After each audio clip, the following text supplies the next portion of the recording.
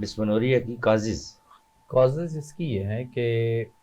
हमारे यहाँ जो खुराक है ना, उसका बड़ा ही मसला इस वक्त जो है वो गंभीर शक्ल इख्तियार कर गया हुआ है। ग़िज़ा ऐसी चीज़ है जो हमारे जुज़्व बदन बनती है और हमारी पूरी बॉडी की अंदरूनी तामीर जो करने में उसका बहुत बड़ा किरदार है। ठीक है। अगर हम आर्टिफिशियल चीज़ों पे और ख़ास तौर पे ऐसी खुराक जो कि हमारे खित्ते की खुराक नहीं है, माइग्रेटेड फूड है ना, यानी इस वक्त लोग जो है बहुत ज़्यादा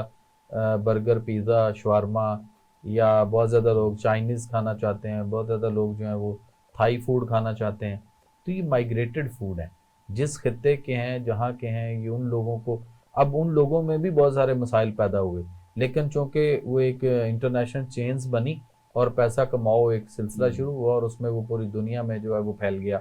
और इसके ऊपर अभी जो है वो हमारे यूके की एक पार्लियामेंट के इजलास के अंदर एक उन्होंने करारदाद पास करवाई है कि ये जो हमारे कोकीन एक नशा है, ये उससे ज़्यादा ख़तरनाक ये नशा के तौर पे सारा फास्ट फूड जो है वो सामने आ चुका हुआ है और इससे बहुत ज़्यादा डेथ्स जो है वो हो रही हैं। अब यहाँ मैं इस खुराक को देखें कि जो हम खुराक खा रहे हैं, अगर वो खुराक हमारे जिस्म में गर्मी खुश्की जो है उसका एलिमेंट ज़्यादा बढ़ता चला जाएगा, तो उसकी वजह से ये प्रॉब्लम जो है वो डिस्मेनोरिया की और उसके आगे कई सारे फिर मसाइल, जैसे हम रसोलियों गिल्टियों की बात करते हैं, सिस्ट की बात करते हैं और मल्टीपल सिस्ट आ जाती है, पीसीओस वगैरह, ये सारी चीज़ें जो आती हैं, इवन दो अगर मैसेज वहाँ बनते हैं, इजाफी गोश्त वगैरह कोई तरतीब आ जाता है, यूट्रस बल्कि हो जाती है और एबनॉर्मेलिटीज़ उसके अंदर जो आती हैं, वो सारी की सारी उसके पीछे वजह जो है वो खुराक है, वो फास्ट फूड है, वो जंक फूड है, वो फ्रोज़न फूड है जो हम फ्रिजों में रख कर कई घंटों तक, बल्कि 2-2 4-4 दिन हम उसको बड़े आराम से जो है वो खाते रहते हैं। मैंने 2 केस अपनी लाइफ में देखे हैं और आप हैरान होंगे कि ये मैं सुनी हुई बात नहीं कर रहा, जो पर्सनली केस मेरे पास आए। यानी एक बच्ची मेरे पास चकवाल से उसके पेरेंट्स लेकर आए, उसकी उम्र जब वो लेकर आए थे तो उसकी उम्र तो उस वक्त जो है वो 5.5 से पौने 6 साल के दरमियान थी और 4.5 साल की उम्र में उसके पीरियड स्टार्ट हो गए हुए थे। मैं उस पेशेंट्स का आई विटनेस हूँ और मैंने उनको देखा है, चेक किया। 4.5 साल की उम्र में पीरियड स्टार्ट थे।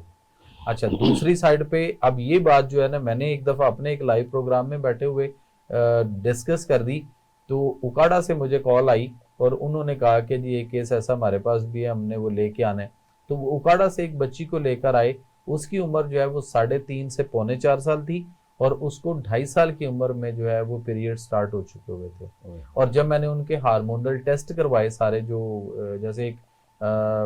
मैरिड वुमेन के होते हैं जिसकी 16-18 साल उम्र है और उसके कोई फॉर एग्जाम्पल प्रेगनेंसी वगैरह नहीं हो रही, तो जैसे डॉक्टर उसके सारे हार्मोनल टेस्ट करवाते हैं, तो उसकी सारी हार्मोनल थेरेपी इन दोनों बच्चियों की जो थी वो बिल्कुल ऐसे थी जैसे 16-18 साल वाले ख़वातीन की या लड़कियों की होती, बिल्कुल उस लेवल की थी। अब उसके पीछे रीज़न क्या था? रीज़न उसके पीछे ये था, एक जो मैंने उसको स्टडी किया और बड़ा लंबा चौड़ा उनके साथ मेरी नशिस्त हुई और कोई 2-2.5 घंटे के मुख्तलिफ क्वेश्चंस आंसर के बाद कंप्लीट सेशन हुआ। उसमें एक का सिलसिला तो ये था कि जैसे हमारे यहाँ माएँ इस वक्त बड़ा जल्दी करती हैं कि जैसे ही बच्चा थोड़ा सा कुछ खाने पीने को लगा तो माएँ इस वक्त चिकन, ये जो हमारा ब्रायलर है, उसको वो छोटा छोटा नरम करके उबाल के वो उसको देना शुरू कर देती हैं। फिर घर वाले खाना खा रहे होते हैं तो अमूमन लेग पीस या कोई ऐसी हड्डी जो ज़रा हम ऊपर से खा लें तो बच्चे के हम हाथ में दे देते हैं कि चल बच्चा इसको जो है ना वो लॉलीपॉप की तरह चूसता रहता है, कुछ करता रहता है। तो वो चीज़ें थी उसकी खुराक में जो शामिल की गई थी, चूँकि इसके अंदर जो है वो आर्सेनिक की मिकदार बहुत ज़्यादा है और ये सारे का सारा जो है ना हाइब्रिड वो मीट है, गोश्त है और इसकी तबाही और बर्बादी है। और जो दूसरी बच्ची थी उसके पीछे उसकी रीज़न ये थी, वो जो छोटी वाली थी जो 2.5 साल की उम्र में स्टार्ट हो गई, उनकी रीज़न ये थी कि माँ उसकी जो है वो फैमिली प्लानिंग पिल्स जो है वो ले रही थी और वो कहीं पत्ता जो है वो साइड टेबल पे या बेड पे पड़ा था कहीं, और वो बच्ची ने उसमें से सिर्फ 2 टैबलेट वो कहती हैं कि कम हुई थी,